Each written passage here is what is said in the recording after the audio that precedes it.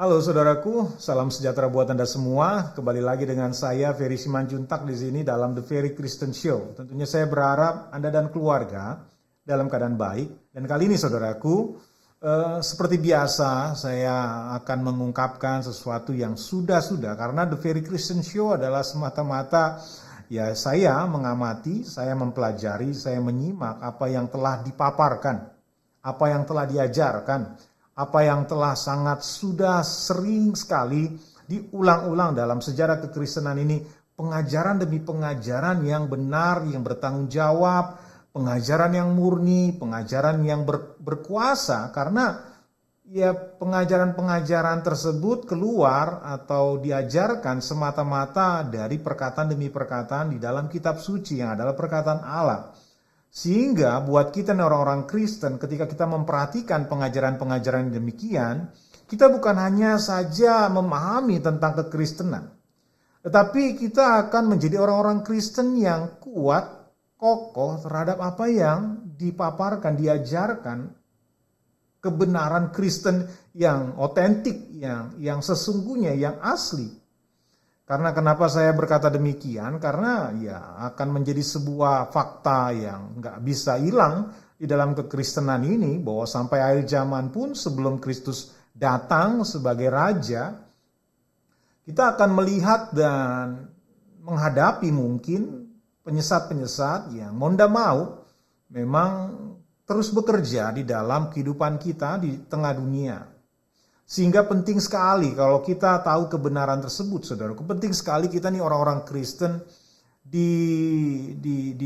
dipengaruhi kuat oleh pengajar-pengajar yang memaparkan, mengajarkan segala sesuatu pengajaran kitab suci yang otentik, yang jelas, yang terang, yang nggak bisa dibantah, yang ini penting, saudaraku, bahwa kebenaran Kristen harus terbuka. Kebenaran Kristen harus terbuka sehingga sangat terbukti, teruji oleh apapun di tengah dunia ini sekalipun. Dan kita orang-orang Kristen harus berani memegang kuat iman dari apa yang kita telah terima dari pengajaran-pengajaran di dalam kekristenan ini.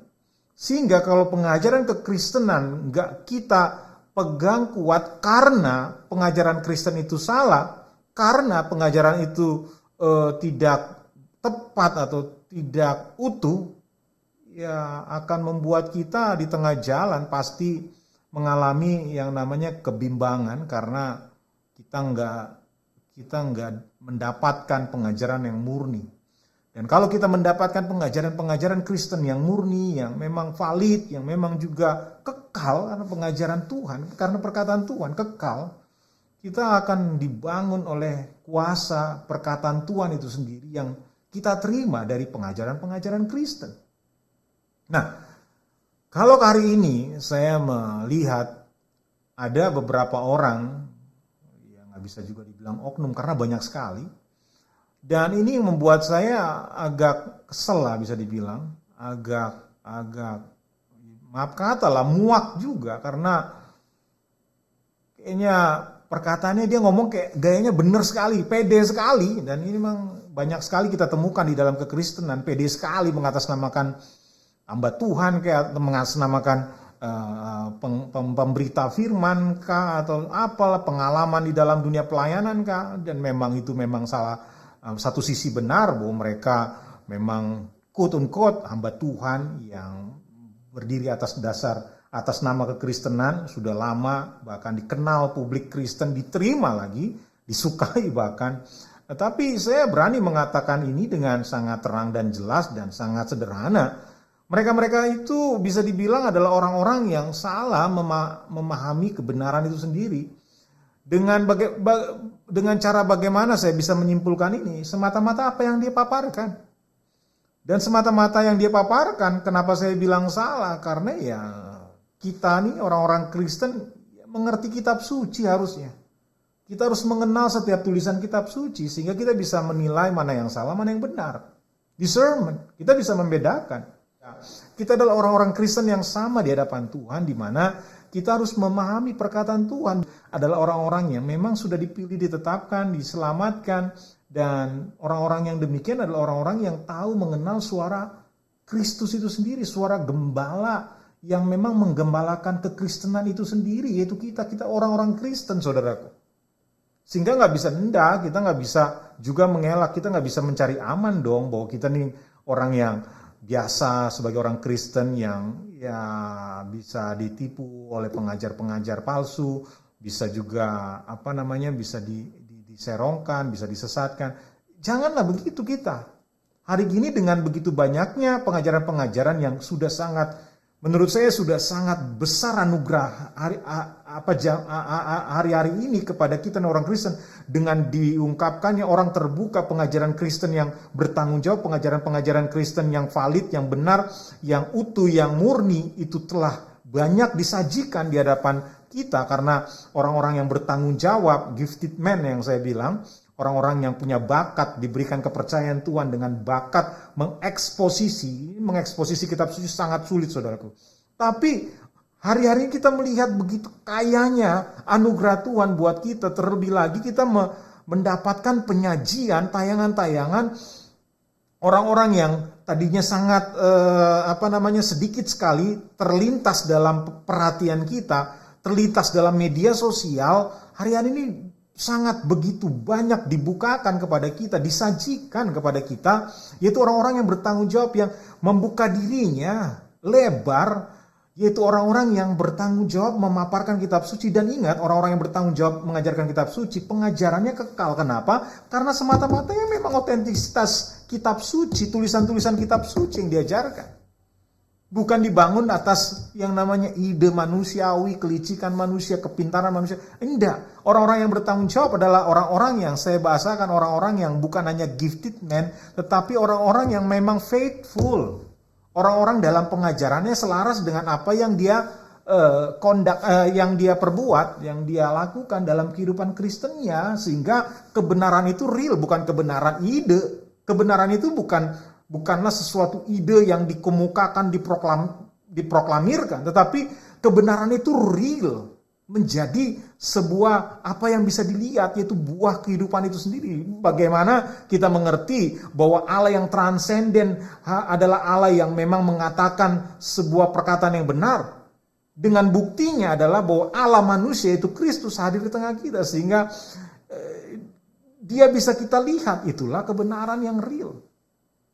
Sehingga hari-hari ini saya ketika mendengar orang yang demikian, yang saya bilang tadi, orang-orang yang mengatasnamakan hamba Tuhan, mengatasnamakan penginjil, orang yang mengatasnamakan pelayan Tuhan yang pengalaman, bagi saya orang-orang demikian sangat jelas bagi saya adalah orang-orang yang nggak mengerti. Orang-orang tersebut nggak mengerti kebenaran, orang-orang tersebut mungkin salah memahami apa yang dia yakini, apa yang dia paparkan, apa yang dia coba tampilkan dalam quote on quote lah saya bahasakan Kristen. Bagi saya ini sangat jelas bahwa orang-orang demikian mungkin ada dua kemungkinan, dan ini selalu di situ. Klasik sekali bahwa mereka ya bodoh, dan yang kedua mereka bohong.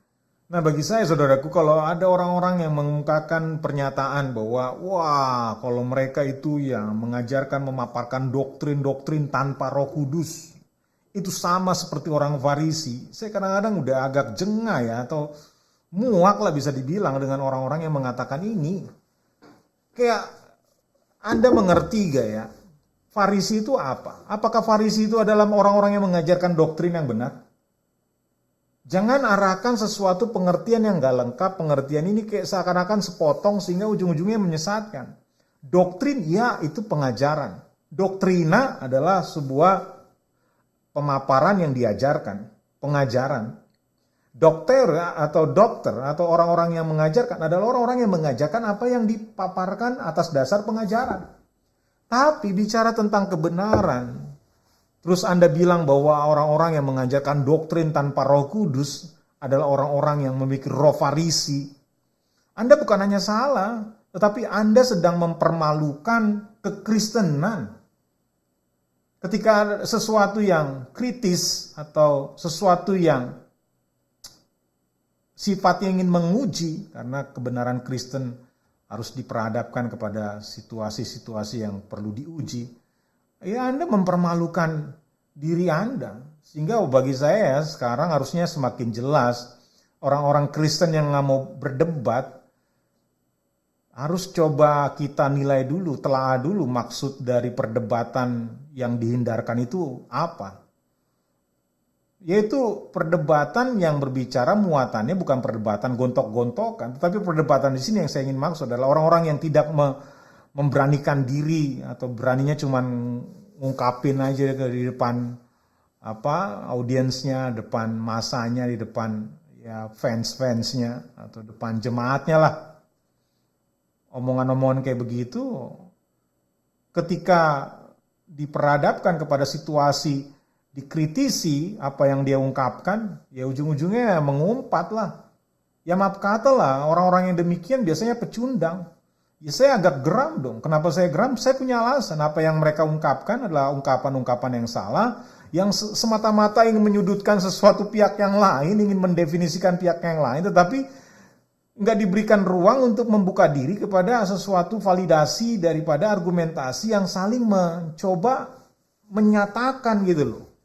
Mana yang benar. Kalau dalam hal seperti ini kita hidup sebagai orang-orang Kristen menutup diri kepada kritik, tapi satu sisi lain bebas-bebas saja mengartikan apapun yang sesuka-suka udelnya, suka-suka omongannya. Loh, you siapa? Anda tuh siapa? Saya khawatir orang-orang yang anti atau bagi saya orang-orang yang mendefinisikan orang-orang yang doktrin-doktrin tadi ya, pengajar-pengajar doktrin disamakan yang tanpa roh kudus itu dibilang orang Farisi atau memiliki roh Farisi. Saya khawatir Anda memahami roh kudus aja salah loh. Saya khawatirnya Anda memahami roh kudus salah. Dan ini sudah banyak juga lah orang-orang yang ekstrem kiri ini, yang saya bahasakan ekstrem kiri ini adalah orang-orang yang salah memahami tentang pribadi Roh Kudus. Dan sorry to say, di akhir zaman ini pribadi Roh Kudus adalah pribadi yang sangat banyak sekali direndahkan, banyak sekali dihujat.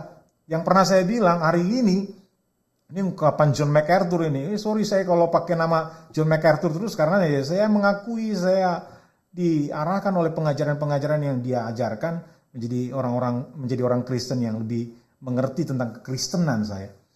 Dan beliau pernah mengatakan begini, hari ini waktu dulu ketika orang-orang Farisi melihat mujizat atau melihat kuasa Allah bekerja lewat Kristus dibilang dengan kuasa Beelzebul dia menyembuhkan orang. Dan hari ini diflip, dibalikin. Hari ini orang mengatasnamakan, itu pekerjaan Tuhan, ini mujizat Tuhan. Tetapi sesungguhnya itu pekerjaan setan. Ya maaf kata, kesannya saya ini terlalu bahasa saya. Enggak, ini sederhana kok. Karena saya greget, karena hari ini saya melihat sangat terang kok. Saya pernah ada di tengah-tengah, ya bisa dibilang gereja yang itu tadi, mendefinisikan, ini saya artikan begitu. Mendefinisikan bahwa ini pekerjaan Tuhan, ini kuasa Tuhan, ini mujizat Tuhan, ini kesembuhan. Sesungguhnya itu pekerjaan setan, bisa sangat. Dan saya ingin menyerukan ini kepada Anda, Pak, Bu, saudaraku, brother, sister. You harus mencoba merenungkan kitab suci dari kitab suci sendiri dan juga dari pengajaran-pengajaran yang memaparkan semata-mata tulisan demi tulisan kitab suci, bukan karena kepercayaan diri dan kefasihan berbicara dan kepercayaan diri yang dibangun atas namanya kebiasaan-kebiasaan sehingga kepercayaan diri itu yang terbiasa ditampilkan, ini menghasilkan sebuah tontonan yang seru, yang asik kalau dilihat. Jangan demikian saudaraku. Khawatirnya Anda nggak kuat membangun kekristenan ini karena apa? Karena Anda dipengaruhi dan Anda terima. Dan Anda bahkan terus menerimanya menjadi sebuah keyakinan dalam kekristenan Anda. Saya khawatir Anda akan goyah. Dan yang saya bilang tadi lah, kalau ngomongin orang yang doktrin, dan saya khawatir Anda nggak memahami tentang pribadi Roh Kudus itu sendiri. Dan ini mengerikan, yang saya lihat mengerikan. Dan kenapa ya saya kadang-kadang melihat bahkan ada orang-orang yang saya tahu, yang saya kenal, bahkan ada pernah menjadi teman dari saya. Kenapa ya? Kayak tetap ada di dalam di dalam ruang lingkup yang kayak apa kalau dibilang ya, itu kayak mafia gitu, nggak bisa keluar. Kayak nggak bisa keluar dari lingkupan apalah itu, kubangan apalah saya nggak ngerti lah. Sayang saudara, mengerikan saudara kalau Anda dibangun dari pengajaran-pengajaran yang tidak valid, mengajarkan kitab suci. Ujung-ujungnya pasti dolak-dalik deh. Orang-orang yang memaparkan atau mengajarkan sesuatu yang keluar dari ide, ya ada quote-nya sih dari tulisan kitab suci, tetapi meneruskannya dari ide-ide kreativitas yang katanya ini dorongan roh Tuhan. Aduh. Saya khawatir Anda membangun kekristenan yang rapuh. Ya memang saya terdengar seruan ini, seruan yang sepertinya terlalu keraskah atau apakah? Enggak. Oke lah, kalaupun Anda mendefinisikan seruan ini keras. Ya karena secara pribadi saya menggunakan pengalaman lah. Secara pribadi saya melihat hal ini sesuatu yang mengerikan. Yang bukan hanya merusak, tapi mengerikan. Alkitab menulis loh, bagaimana orang-orang bisa diarahkan, disesatkan oleh pengajaran-pengajaran yang tidak benar.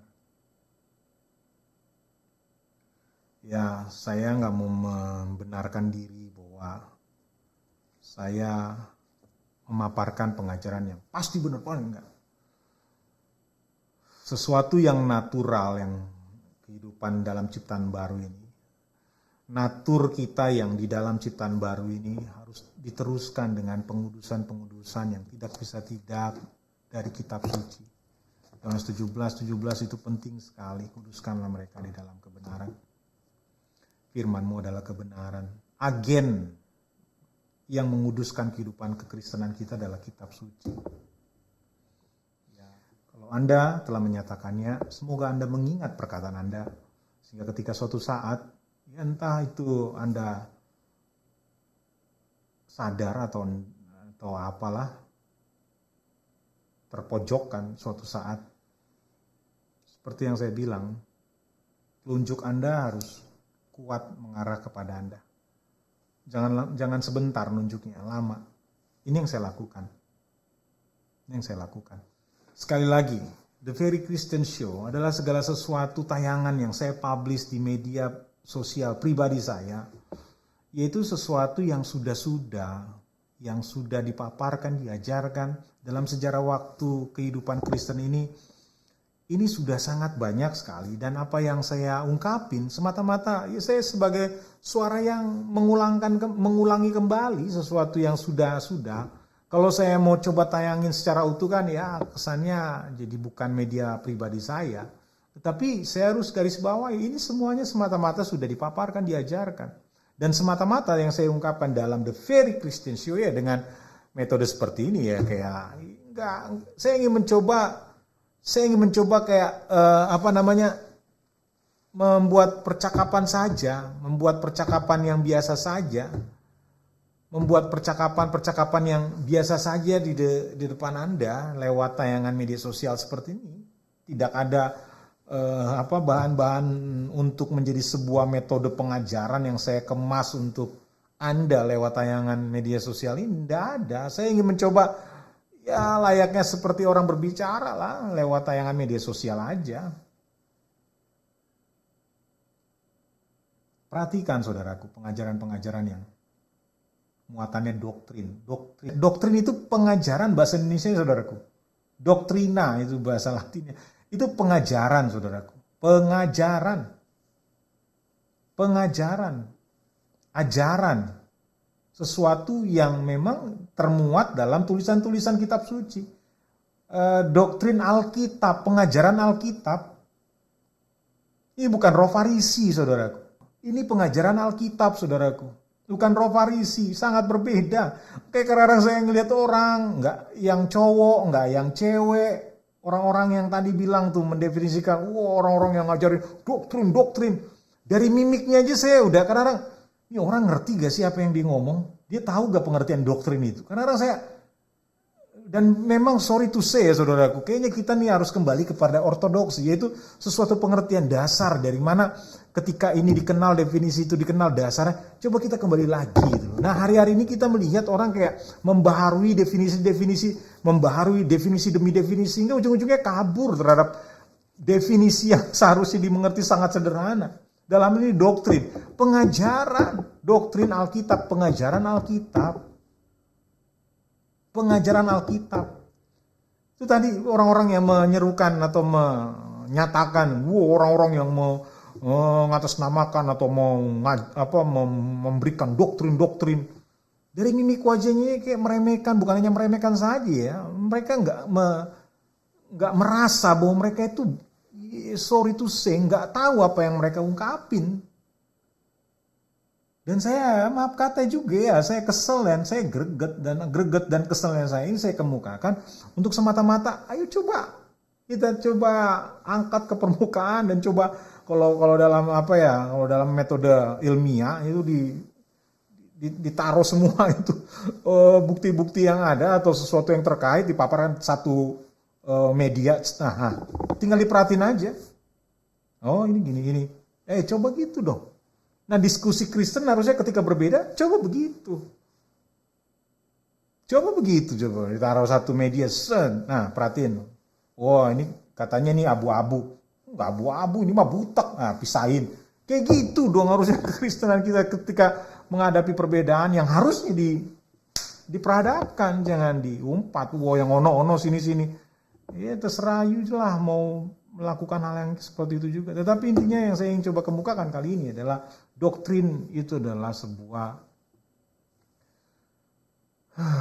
apa yang saya mau bilang ya, sebuah bentuk kasih lah ya. Saya bisa terlalu puitis saya.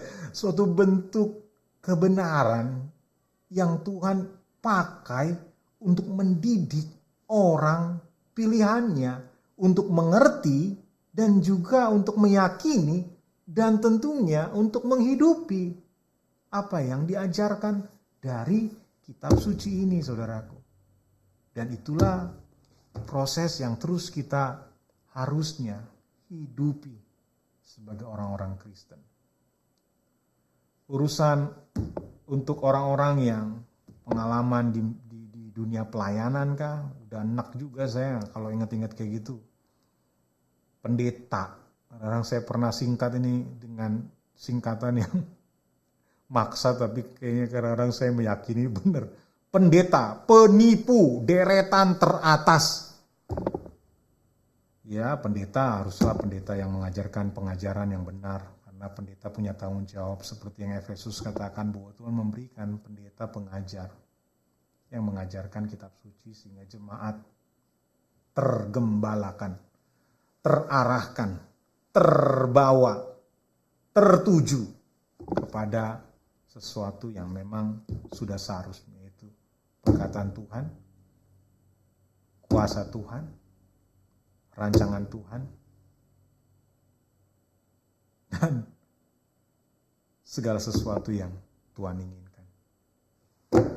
Salam sejahtera saudaraku, maju terus kita bersama sebagai orang Kristen dan ingat bahwa kita punya Tuhan yang menyertai kita dan kebenaran Tuhanlah yang harusnya menguatkan kita untuk hidup di dalam kekristenan kita. Tuhan berkati.